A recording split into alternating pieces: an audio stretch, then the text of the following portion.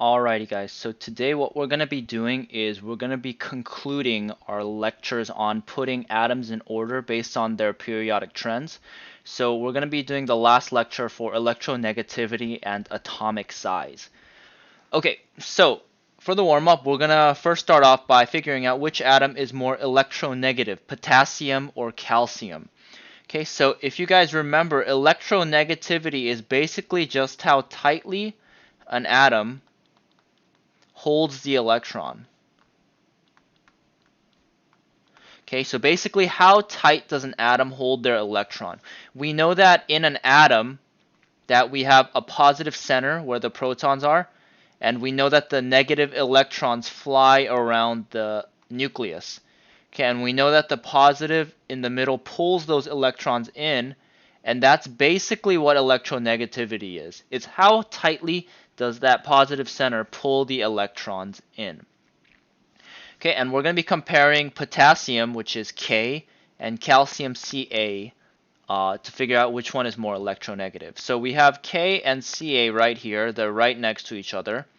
And so the first thing that we want to look at for both of these is first we want to look at how many shells both of those atoms have. So how many shells does potassium have? How many shells does calcium have? Okay, since calcium and potassium are in the fourth row, right? Because 1, 2, 3, 4. Since it's in the fourth row, they both have 4 shells. That means both of them have 4 shells that the electrons occupy. Okay, since we know that they have the same number of shells, we're going to need a little more information to figure out which one is more electronegative. And that second thing are the protons. Okay, so protons, very easy. We've been talking about it for a while. It's the number on top of the box. So K has 19 protons and Ca has 20 protons. Okay, so this is how we can think of it. If we have K, we know that the furthest electron is out by 4 shells, right? 1, 2, 3, and 4. And we know that Ca also has it 4 shells out. So since they both have 4 shells, they're about the same distance.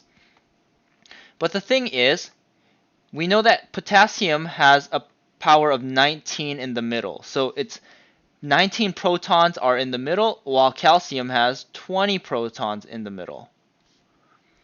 Okay, so the question becomes, which one is pulling the electrons in more tightly? Okay, which one basically is a stronger magnet in the middle, calcium or potassium, 20 or 19?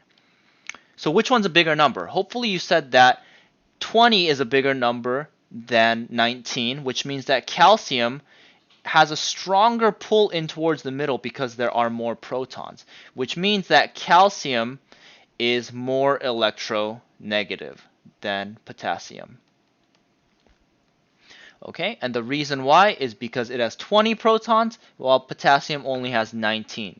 It's pulling in with like a force of 20, whereas potassium is pulling in with a force of 19. There's a stronger pull with calcium. Alright, so that's electronegativity. The second thing we've been talking about is how big the atoms are, which is very self-explanatory. Which one is bigger?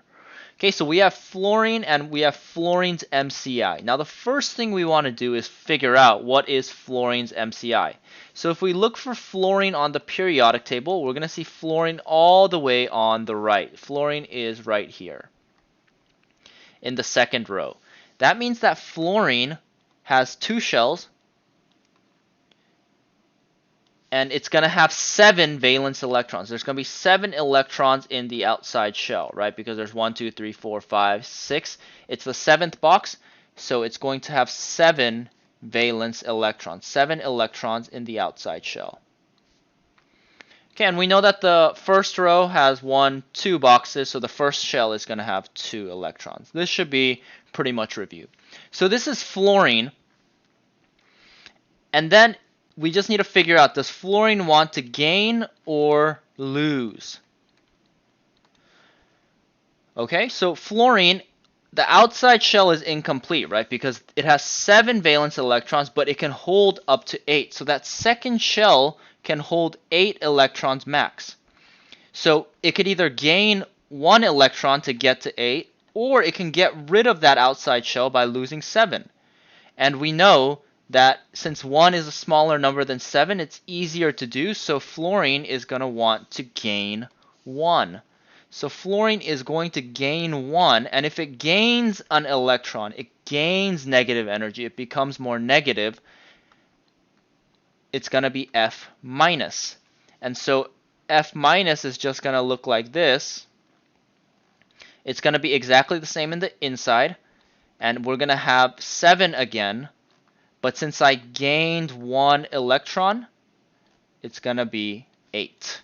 Okay, so the only difference between the two is F has 7 on valence electrons, and F minus, which is fluorine's MCI, has 8 valence electrons. Okay, so the question is, which one is bigger, fluorine or fluorine's MCI?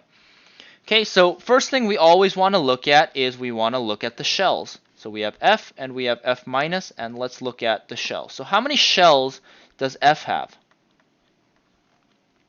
Okay, hopefully you said that there are 2, because there's 1, 2 shells. What about F minus? There are 2. There's 2 shells. So they have the same number of shells, so the second thing we need to look at are the protons. How many protons does F and F minus have?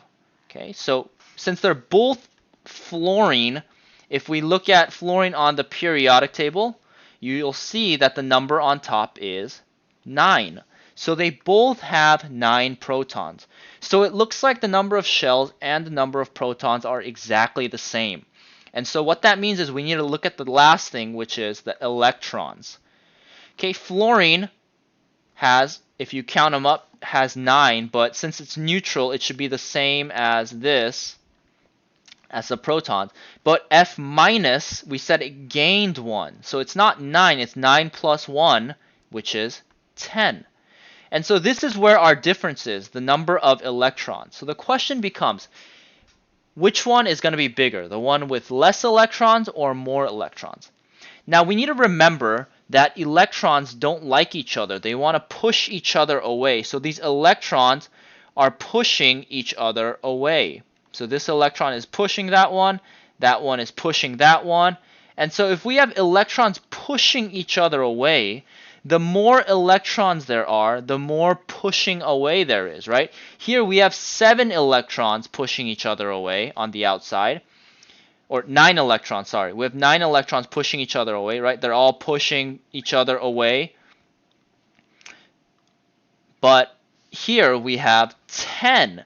We have this one pushing that one, this one pushing this one. There's more electrons pushing each other away. And that means if there are more electrons pushing each other away, that means that it's going to become bigger. So the one with more electrons is bigger. So just keep that in mind. More electrons means that the atom is bigger. And it's because there are more electrons pushing each other away. They don't like each other. Okay, so the bigger one is going to be the one with more electrons. So the bigger one is F minus. F minus is bigger. And the reason why is because it has more electrons than regular fluorine.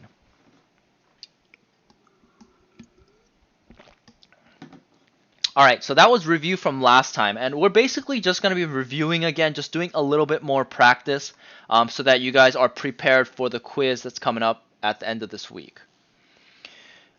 Alright, so if you are pretty confident on electronegativity, you can actually just pause the video here and try these two problems on your own.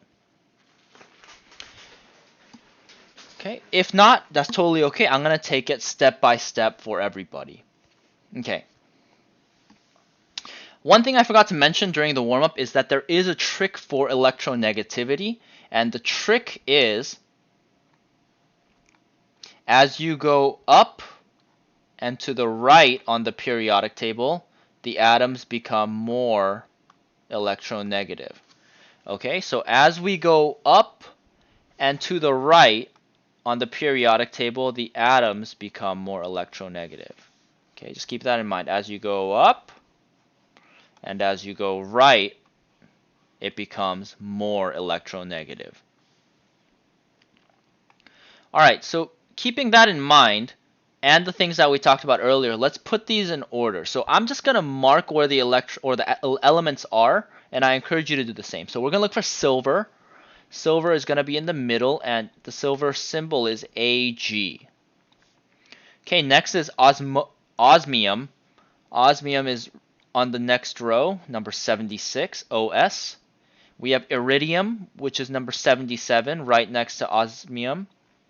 Next we have platinum, which is right next to iridium, and then we have gold, and then we have, lastly, mercury. So once you find where the elements are, it's going to be pretty easy figuring out which one is least and most electronegative. So I'm going to put it at the very bottom. This is on the left side, I'll put least electronegative, and then on the right side, we'll put most electronegative.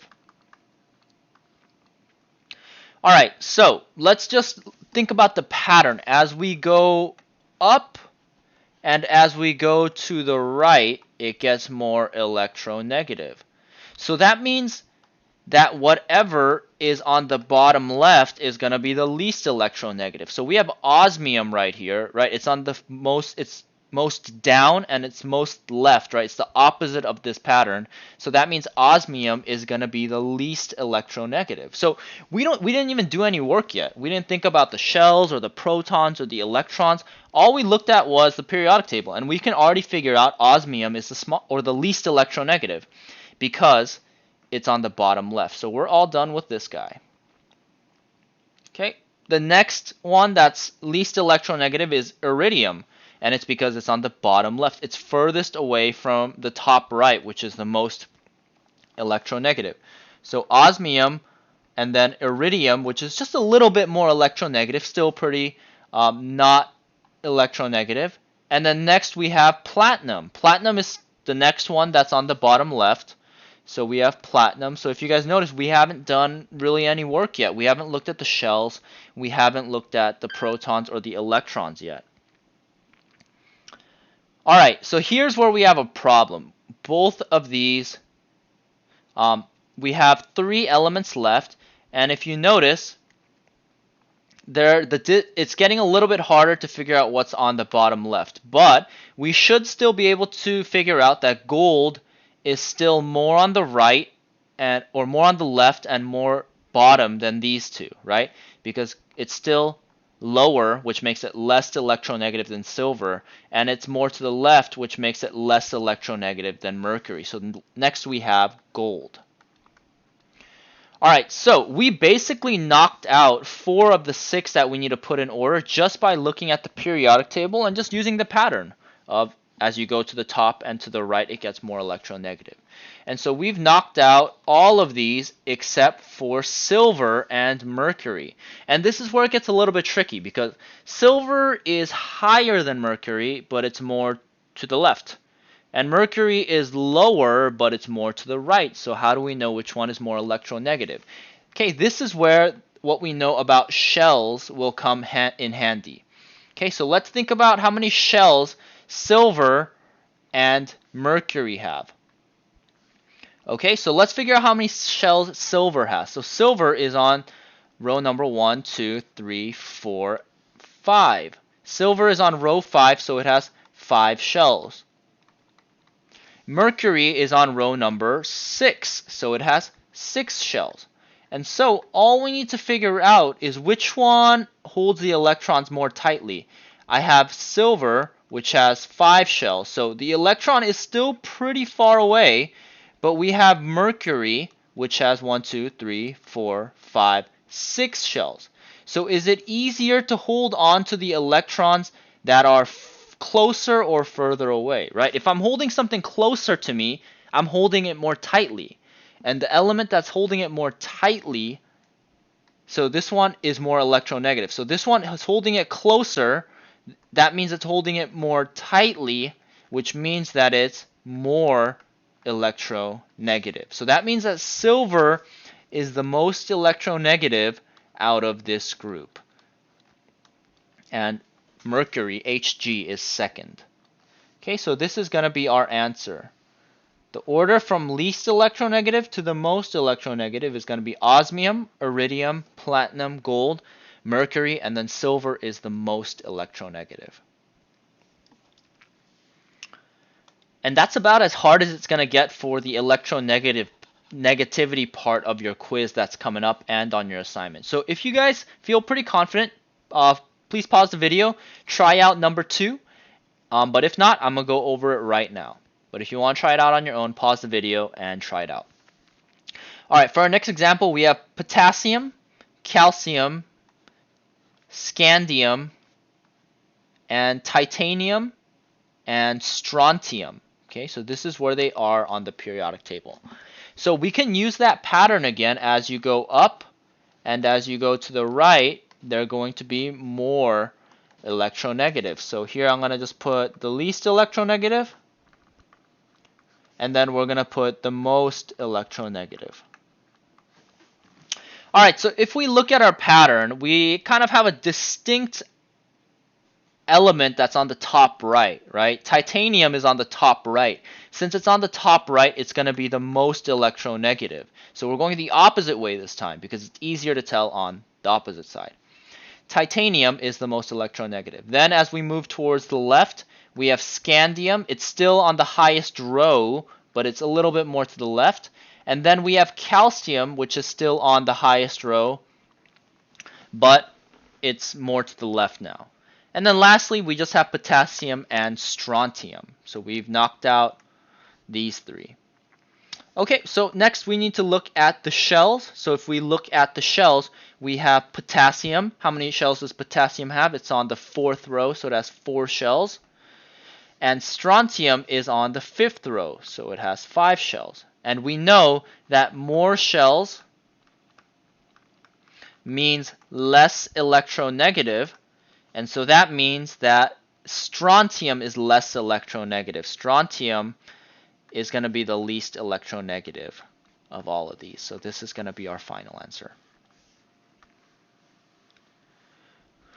Okay, so when you guys are doing your assignment and your quiz for electronegativity, I really want to encourage you guys to just use the pattern to help you start off. And then after that, you guys can talk about the shells and the protons and things like that. Alright, so that's it for electronegativity. Next, we're going to look at atomic size. So which atom is bigger? Again, this is kind of review. So if you feel confident doing this, go ahead and pause the video and try all 3. But if not, I'm going to go over it with all of you guys. Okay, so the pattern for atomic size that I didn't mention during the warm-up is that as you go down and to the left, the atoms get bigger. Okay, so the big ones are on the bottom left. Okay, so let's compare sodium and sodium's MCI. Okay, so just remember that the bigger atoms, this pattern only matters with neutral atoms. So in this problem, it's not going to matter because we have an MCI. We're looking at an ion. It's not neutral. So we have a picture of sodium right here. And so let's take a look at sodium and sodium's MCI. So first thing we need to do is figure out what the MCI is. So if I drew a picture of sodium, okay, it has 3 shells, 1, 2, 3. So I'm going to draw 3 shells around sodium. And we know that there's going to be 1 valence electron because it's the first box in the 3rd row. So in the 3rd row, we're just going to put 1 electron because it's 1 box. Okay, we know that the 2nd row, it's already filled up, and there's 4, 5, 6, 7, 8. There's 8 electrons in the 2nd row because there are 8 boxes in the 2nd row. And then the first shell has 2 electrons because there are 2 electrons in the first shell. Okay, so this is regular sodium. Now, if we look at sodium's valence shell, the outside shell, I want you guys to figure out how many electrons go in there max. Okay, the way that we figured that out is we just count how many boxes are in that row. So the 3rd box is the 3rd shell. There are 1, 2, 3, 4, 5, 6, 7, 8 boxes. So that means that the 3rd shell can hold 8 electrons max. And so what we want to figure out is sodium going to gain or lose electrons in order to fill up its outer shell, because we said that the outer shell wants to be complete. So if I want to go from 1 to 8, how many do I need to gain? I need to gain 7. The other option that we can do is we can get rid of that third shell, right? We can get rid of the third shell. If we get rid of 1 electron, there's no more third shell. So how many did we have to lose in order to get rid of that third shell? We had to lose 1. Okay, so we could either gain 7 or we can lose 1. What do you think is easier? Obviously, it's a lot easier to lose 1. Oh, wrong one. It's a lot easier to lose 1. It's going to want to lose 1 electron. And so sodium's MCI is basically going to be sodium, but without that third shell, because the third shell disappears. So this is what sodium's MCI is going to look like. It's just going to have 2 shells. There's going to be 2 in the first and 8 in the second. And if we need to write the charge for the MCI, so sodium's MCI loses 1 electron. If I lose something negative, I become more positive. And if I lose 1 negative, I become positive 1.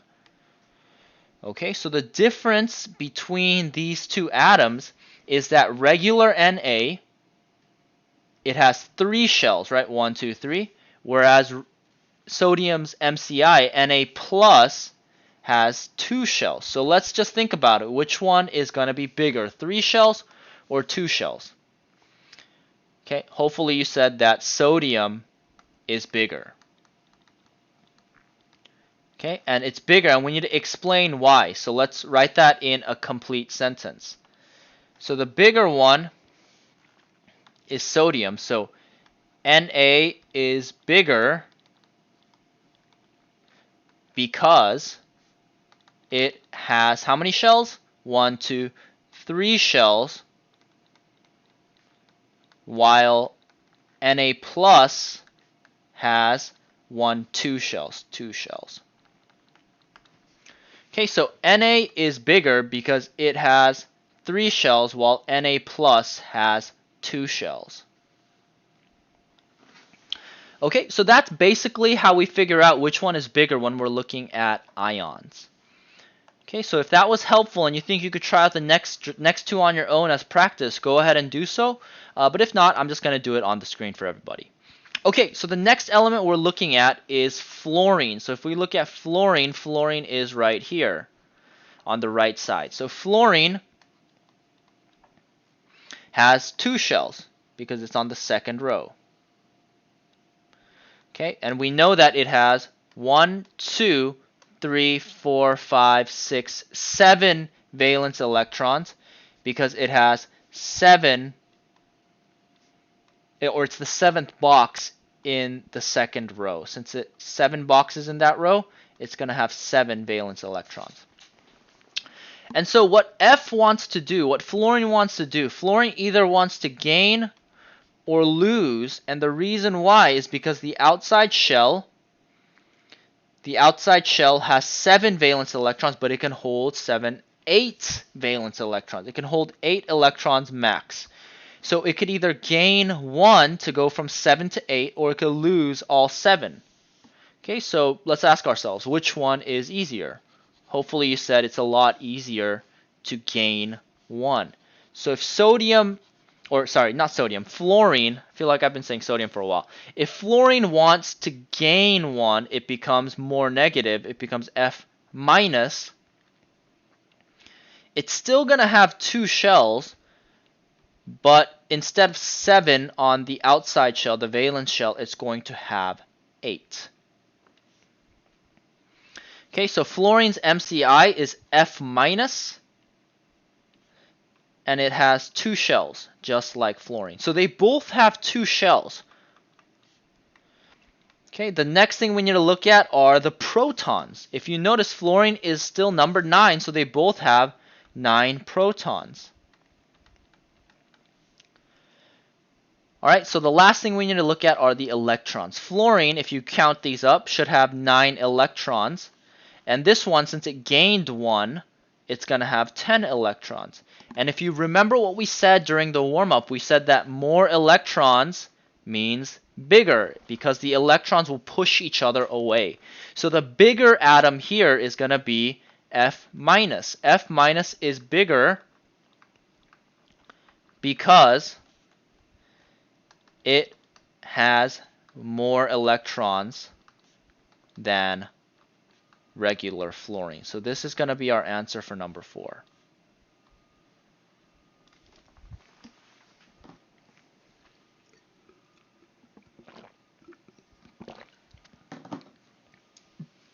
All right. For number 5, I'm not going to go over it step by step with you guys, but take a second to pause the video and try it out. See if you guys can use the skills and the patterns we talked about in order to figure this one out.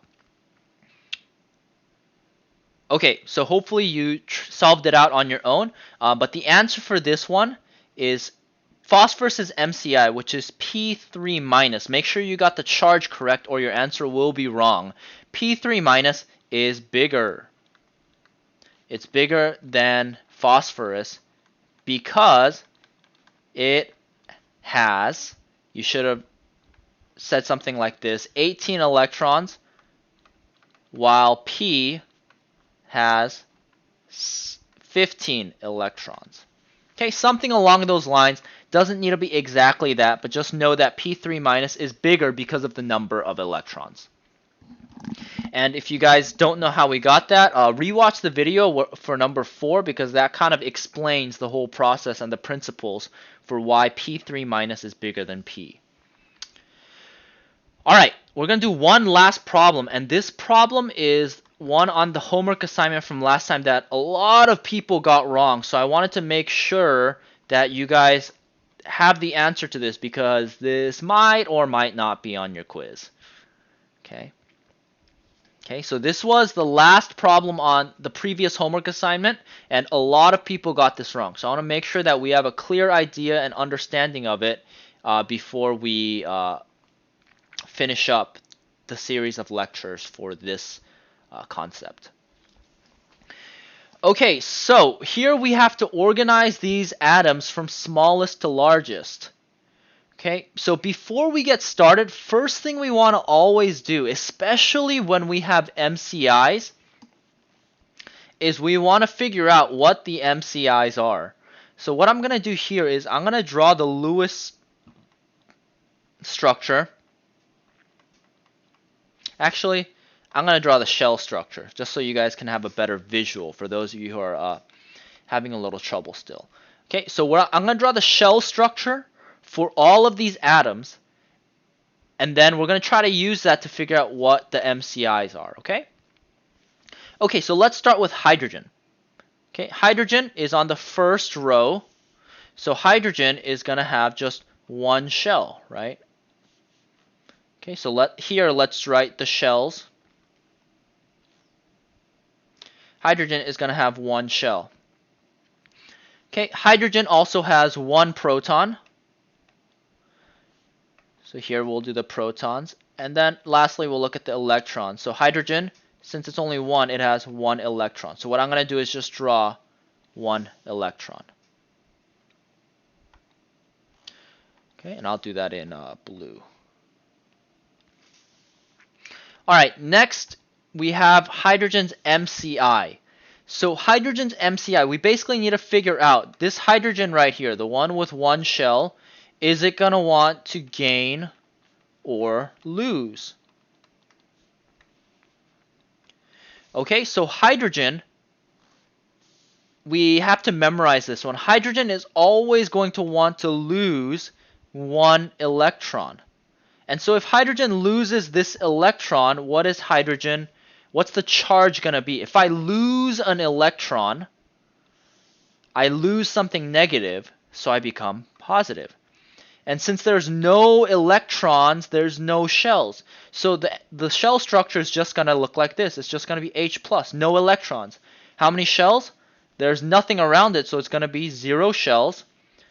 It's still hydrogen. We haven't touched the proton, so it's still going to be 1 proton.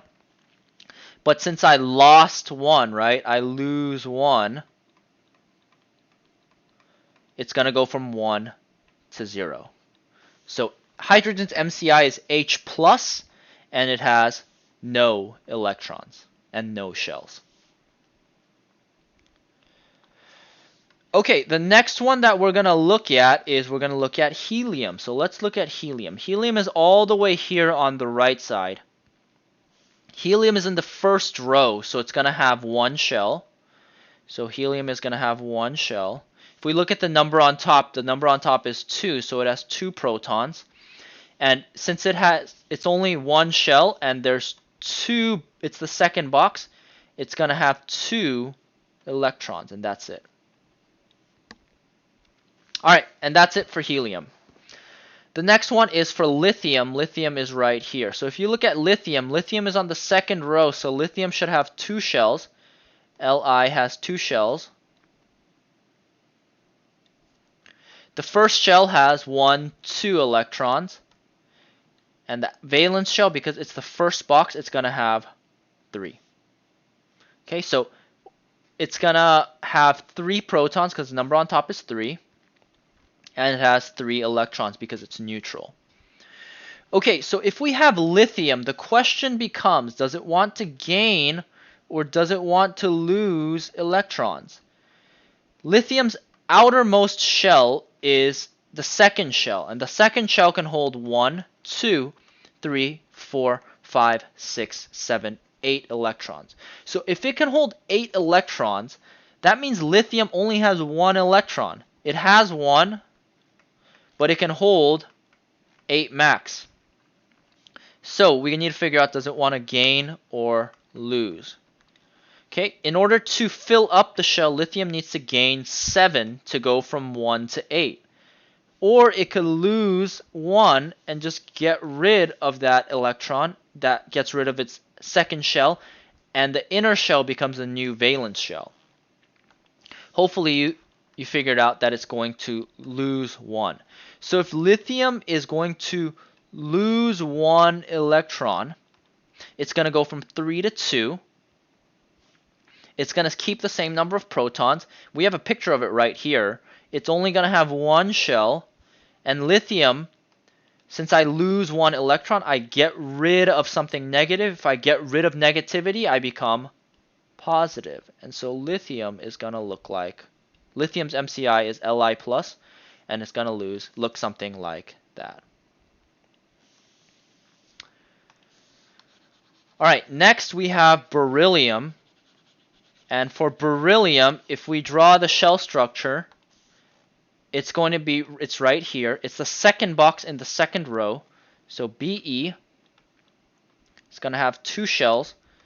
And since it's the second box in the second shell, it's going to have 2 valence electrons, but 4 total. So we have 2 shells. It's number 4, so it has 4 protons, and it has 4 electrons. Okay, and again, we said the outside shell can hold up to 8, so it needs to gain 6, or it can just get rid of 2, so you should know by now that it's going to lose 2 electrons. And so if beryllium loses 2 electrons, it's going to have 2. It's going to have the same number of protons. It's going to have, and it's going to get rid of that outside shell, so it's going to have 1 shell. And it'll be Be2+ with 1 shell. Okay, so hopefully that helps you figure out, or it helps you figure out how many valence electrons, how many shells, what the charge for the MCI will be, because this is how we're going to figure out which one is smallest and which one is largest. Okay, so what we want to do is we always want to look at the shells. So let's figure out which one is the smallest. Okay, we have 1, 0, and 2. Hopefully, you guys can figure out that H+ is going to be the smallest. And the reason why is because it has no shells. And so we are all done with this one. That is all the info we are going to need for H+. Alright, the next couple of candidates are the ones with 1 shell, right? We have H that has 1 shell, He has 1 shell, Li plus has one shell, and Be2 plus has one shell. So after we look at one shell, we want to look at the protons. So if we look at H has one proton, He has two protons, Li has three protons, and Be2 plus has four protons. And hopefully you guys remember, the more protons they have, the more tightly they pull the electrons in. And so that means that Be2 plus is going to pull the electrons in tighter. That means it's going to be the smallest out of this group. So Be2 plus is the next smallest. And it's because it has more protons. So Be2 plus, we're all done with you. Okay, the next one is going to be Li plus because it has the most amount of protons with one shell. So Li plus is next. We're all done with you. And then you guys kind of get the pattern. It's going to be He and then H. So we're all done. We're almost done. Okay, and if you noticed, Li and Be are left. Which one is going to be smaller? Hopefully you say Be because Be has more protons. It's going to pull the electrons in more tightly, which makes it smaller. And so this is going to be the order.